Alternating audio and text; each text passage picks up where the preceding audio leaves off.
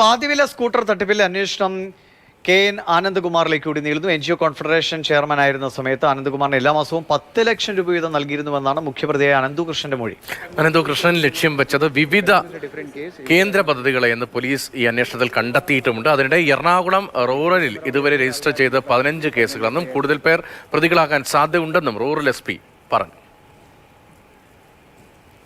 കുറേ കാര്യങ്ങൾ നമുക്ക് മനസ്സിലായി. ബാക്കിയെല്ലാം ഇൻവെസ്റ്റിഗേഷൻ നടത്തുന്നുണ്ട്. ഈ സമയത്ത് കൂടുതൽ പറയാൻ പറ്റിട്ടില്ല, അല്ലെങ്കിൽ ഇൻവെസ്റ്റിഗേഷനിൽ ബാധിതാവും. Kannur is a different case, ഇവിടെ Ernakulam is a different case. സാധ്യത ഏകദേശം അറൌണ്ട് 200 ആൾക്കാരുടെ പരാതി ഈ 15 FIR തന്നെ ഉണ്ട്. അതെ, ഇപ്പോൾ ഈ സമയത്ത് ഇപ്പോൾ എല്ലാ ആംഗിൾസ് ഓപ്പൺ ആണ് ഇൻവെസ്റ്റിഗേഷനിൽ. ഇത് എന്തെങ്കിലും തെളിവ് കിട്ടിക്കഴിഞ്ഞാൽ ഉടൻ തന്നെ ശക്തമായ നടപടി ഉണ്ടാവും. അത് ഇൻവെസ്റ്റിഗേഷൻ നോ അങ്ങനെയൊന്നും ഇതുവരെ കാണുന്നില്ല. എല്ലാ ഇൻവെസ്റ്റിഗേഷനിൽ പുറത്ത് സാധ്യത ഉണ്ടോ ഇപ്പോൾ? കാരണം വേറെ FIRൽ വേറെ ആൾക്കാരുടെ പേരുണ്ടോ? പക്ഷേ ഡയറക്റ്റ് മെയിൻ പ്രതി അനന്തുകൃഷ്ണൻ തന്നെയാണോ ഈ എല്ലാ FIRൽ അക്യൂസ് നമ്പർ? Thank you. രാഗിനുണ്ട് കൊച്ചിയിൽ നിന്ന് വിവരങ്ങളുമായി.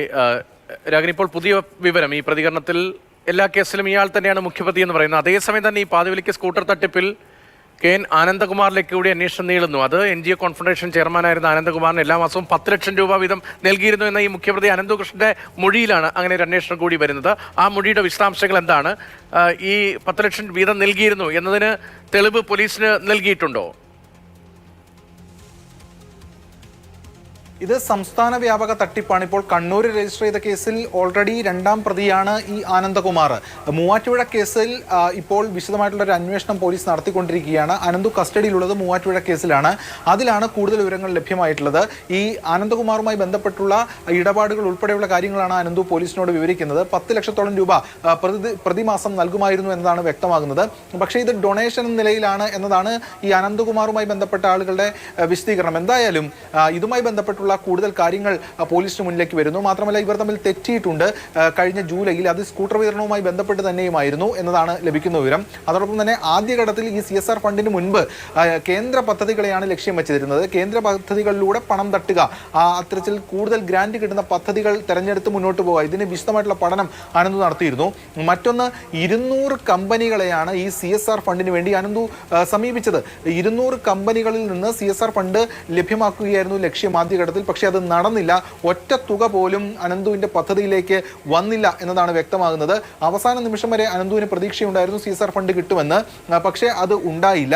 അങ്ങനെ ഉണ്ടാകാതിരുന്നിട്ടും ജനങ്ങളോട് അത് കിട്ടും എന്ന് പറഞ്ഞ് വിശ്വസിപ്പിച്ച് കബളിപ്പിക്കുകയാണ് ഉണ്ടായിട്ടുള്ളത് എന്നാണ് ഇയാൾ ചോദ്യം ചെയ്യലിൽ സമ്മതിച്ചിട്ടുള്ളത്. അതായത് ഇത് കിട്ടില്ല എന്ന് ഉറപ്പായിട്ടും ജനങ്ങളോട് അത് കിട്ടും എന്നാണ് പറഞ്ഞിരുന്നത്. അതായത് 1,20,000 രൂപ വിലയുള്ള സ്കൂട്ടറിന് 60,000 രൂപയ്ക്ക് കൊടുക്കുന്നു, ബാക്കിയുള്ള 60,000 രൂപ CSR ഫണ്ടാണ് എന്നാണ് പറഞ്ഞിരുന്നത്. പക്ഷേ അത് കിട്ടില്ല എന്ന് ഉറപ്പായിട്ടും ഇയാൾ പറഞ്ഞു. എന്തായാലും ഇത്തരത്തിൽ കൂടുതൽ വിവരങ്ങൾ ലഭ്യമാകുന്നു. കൂടുതൽ കേസുകൾ രജിസ്റ്റർ ചെയ്യുന്നു.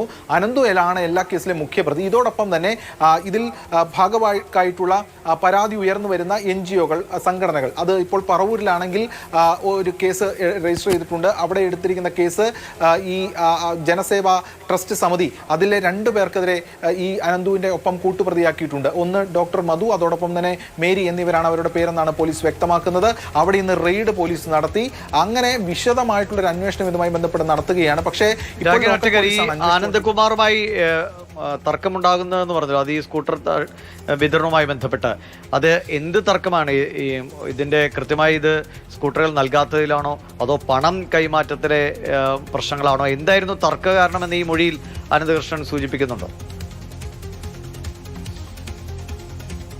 അനന്തകൃഷ്ണൻ വ്യക്തമാക്കുന്ന ഇത്തരത്തിലുള്ള സാമ്പത്തിക ഇടപാട് ഉണ്ടായിരുന്നു എന്നതാണ്. പക്ഷേ അതിനുശേഷം ചില തർക്കങ്ങളുണ്ടായി. നേരത്തെ ഈ അനന്തകുമാറും ഇതുമായി ബന്ധപ്പെട്ട കാര്യങ്ങൾ വിശദീകരിക്കുന്നുണ്ടായിരുന്നു.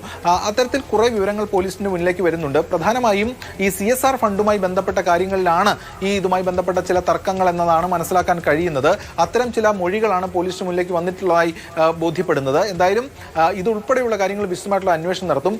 ഇപ്പോൾ നിലവിൽ അനന്തു മുഖ്യപ്രതിയായിട്ടുള്ള കേസുകളിൽ ഈ പറയുന്ന ആളുകൾ കൂടി പ്രതിയാകും. ഓൾറെഡി അവർ കണ്ണൂർ കേസിൽ പ്രതിയാണ്. അവരെ കൂടി പ്രതി ചേർക്കാനുള്ള നീക്കങ്ങൾ പോലീസ് ഇപ്പോൾ നടത്തിക്കൊണ്ടിരിക്കുകയാണ്. അതിന്റെ മൊഴി രേഖപ്പെടുത്തിക്കൊണ്ടിരിക്കുകയാണ്. ഇതോടൊപ്പം ഈ കേസ് വിപുലമായ രീതിയിൽ അന്വേഷിക്കേണ്ട ഒരു കേസാണ്. അതുകൊണ്ട് ഇത് ക്രൈംബ്രാഞ്ചിലേക്ക് സ്വാഭാവികമായിട്ടും പോകും. വരും ദിവസങ്ങളിൽ അതിന്റെ ഉത്തരവിറങ്ങും. പോലീസ് അതിന് ലോക്കൽ പോലീസ് റിക്വസ്റ്റ് കൊടുത്തിട്ടുണ്ട്. വരും ദിവസങ്ങളിൽ ഉത്തരവിറങ്ങും. അങ്ങനെ ക്രൈംബ്രാഞ്ച് നേതൃത്വത്തിൽ വിശദമായിട്ടുള്ള അന്വേഷണമായിരിക്കും വരും ദിവസങ്ങളിൽ ഈ കേസുമായി ബന്ധപ്പെട്ട് നടക്കാൻ പോകുന്നത്.